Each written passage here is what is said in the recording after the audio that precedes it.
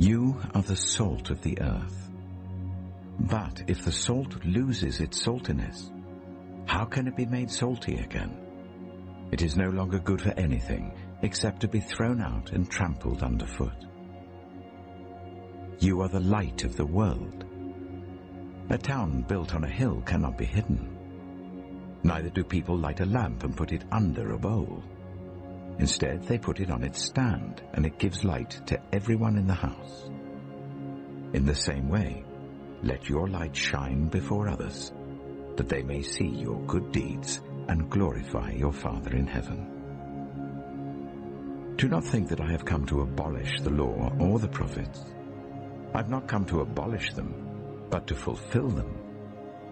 For truly I tell you, until heaven and earth disappear, not the smallest letter, not the least stroke of a pen will by any means disappear from the law until everything is accomplished.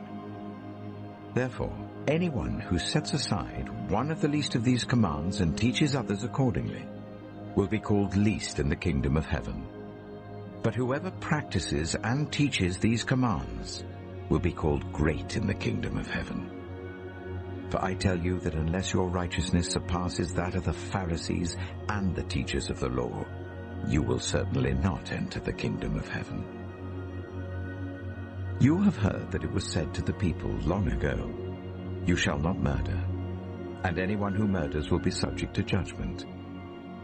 But I tell you that anyone who is angry with a brother or sister will be subject to judgment. Again, anyone who says to a brother or sister, "Raka," is answerable to the court, and anyone who says, "You fool," will be in danger of the fire of hell.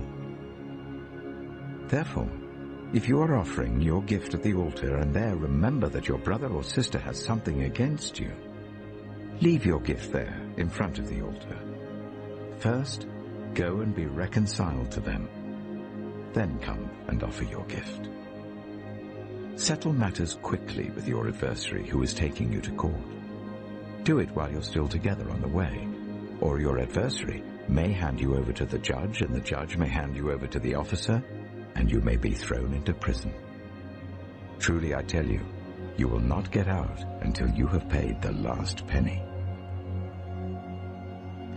You have heard that it was said, "You shall not commit adultery." But I tell you that anyone who looks at a woman lustfully has already committed adultery with her in his heart.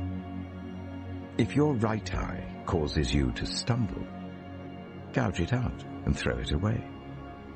It is better for you to lose one part of your body than for your whole body to be thrown into hell. And if your right hand causes you to stumble, cut it off and throw it away.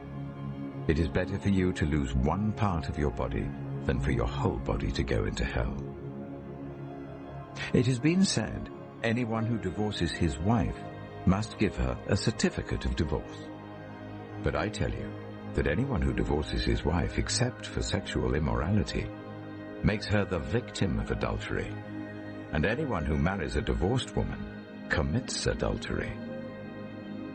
Again, you have heard that it was said to the people long ago, "Do not break your oath, but fulfill to the Lord the oaths you have made." But I tell you, do not swear an oath at all, either by heaven, for it is God's throne, or by the earth, for it is his footstool, or by Jerusalem, for it is the city of the great king. And do not swear by your head, for you cannot make even one hair white or black. All you need to say is simply yes or no. Anything beyond this comes from the evil one. You have heard that it was said, "Eye for eye and tooth for tooth."